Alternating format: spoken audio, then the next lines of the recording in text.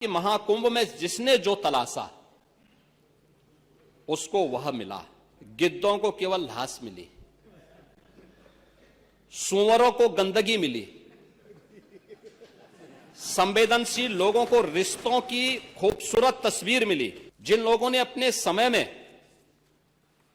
इस पूरे आयोजन को अव्यवस्था और भ्रष्टाचार का शिकार बनाया था, आज वे महाकुंभ पर इस प्रकार की टिप्पणी करके भारत की भावनाओं के साथ ही खिलवाड़ करने का काम कर रहे हैं। पूरे कुंभ में आपने देखा होगा, जो आप कहते हैं भेदभाव हुआ है, किसके साथ भेदभाव हुआ है?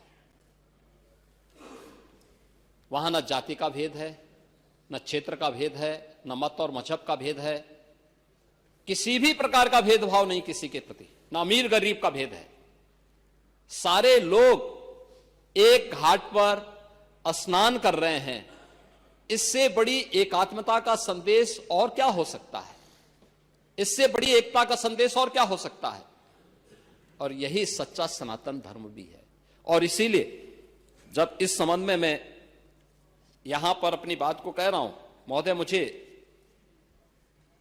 सोशल मीडिया हैंडल पर एक बात बहुत अच्छी लगी। एक सज्जन ने इस बात को कहा और उसने जो लोग महाकुंभ का विरोध कर रहे थे उनके बारे में उसने बहुत सटीक टिप्पणी की।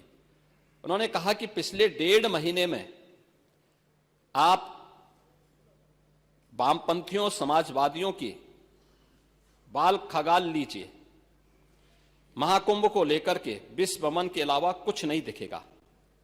गंदगी, अव्यवस्था, पर्यटकों की परेशानी के अलावा इनकी बजबजाती वाल पर दूसरी कुछ भी नहीं मिलेगा। लेकिन इन सब से इतर धरातल पर इनकी बजबजाती विचारधारा का कोई असर नहीं है। हज के दौरान अव्यवस्था से होने वाली सैकड़ों मौतों पर चुप्पी साध जाने वाले भारत के वामपंथी सेकुलर स्कॉलर महाकुंभ की भव्यता पर उल्टी करते नजर आए हैं। हर बार इनकी कोशिश महाकुंभ को बदनाम करने और फेल करने की रही, लेकिन ऐसे तमाम लोगों की मंशा को दरकिनार करते हुए करोड़ों लोगों ने आस्था की डुबकी लगा करके इनके जले पर नमक छिड़कने का ही काम किया है। उन्होंने आगे लिखा है कि महाकुंभ के दौरान दुखद हादसा हुआ, इसके बाद भी आस्था और विश्वास तमाम परेशानियों पर भारी पड़ी। तीर्थयात्री समस्त परेशानियों और मुश्किलों का पहाड़ चढ़कर भी प्रयागराज महाकुंभ पहुंचे, वहां से स्नान कर खुशी खुशी वापस लौटे। रिश्तों के जटिल समीकरण का परिभाषा गढ़ता महाकुंभ अब समारोह की ओर है। लेकिन यहां से निकला संदेश हर सनातन के मन में अमिट छाप छोड़ गया है, जो वर्षों तक लोगों की बदकही और कहानियों में जीवंत रहेगा। हर तरफ अपनी मां और बुजुर्गों को महाकुंभ में अनाथ छोड़ देने वाले बेटे रहे हों, तो दूसरी तरफ अपनी सास को पीठ पर उठाकर कुंभ स्नान कराने वाली बहू भी रही है। लेकिन सनातन विरोधियों को नजर केवल गंदगी पर पड़ी। मैं अध्यक्ष महोदय वह चित्र लेके आया हूं। ये देखिए, एक बहू है, अपने सास को पीठ पर लाद करके जा रही है महाकुंभ स्नान करने के लिए।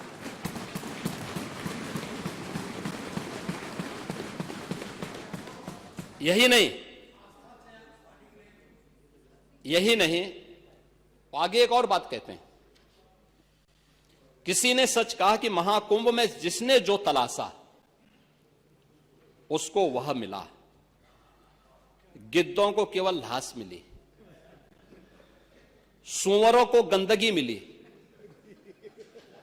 संवेदनशील लोगों को रिश्तों की खूबसूरत तस्वीर मिली, आस्थावानों को पुण्य मिला, सज्जनों को सज्जनता मिली, गरीबों को रोजगार मिला, अमीरों को धंधा मिला, श्रद्धालुओं को साफ सुथरी व्यवस्था मिली, पर्यटकों को अव्यवस्था मिली, सद्भावना वाले लोगों को जाति रहित व्यवस्था मिली, भक्तों को भगवान मिले। मतलब सबने अपने स्वभाव और चरित्र के अनुसार चीजों को देखा है।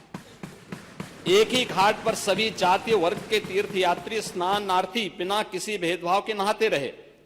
सनातन की सुंदरता आखिर समाजवादी और वामपंथियों को कैसे नजर आएगी, लेकिन इनके द्वारा लगातार किए जाने वाले प्रश्न इनकी नियत को ही संदेह के दायरे में खड़ी करती है। महोदय, ये टिप्पणी अचानक नहीं है। ये टिप्पणी भारत की टिप्पणी है और भारत की भावनाओं की टिप्पणी है। और जो स्वयं कुछ कर नहीं सकते थे, जिन लोगों ने अपने समय में इस पूरे आयोजन को अव्यवस्था और भ्रष्टाचार का शिकार बनाया था, आज वे महाकुंभ पर इस प्रकार की टिप्पणी करके भारत की भावनाओं के साथ ही खिलवाड़ करने का काम कर रहे हैं। और मैं तो केवल इस बारे में एक बात कहना चाहूंगा कि महाकुंभ ने पूरी दुनिया को भारत की सनातन एकता का संदेश देकर के एक भारत श्रेष्ठ भारत के प्रधानमंत्री मोदी जी के विजन को ही चरितार्थ करके दिखा दिया है कि विश्वास है तो पूरा भारत अपना सहयोग देने के लिए उतनी ही तत्परता के साथ खड़ा है जो महाकुंभ में दर्शन होता हुआ दिखाई दे रहा है।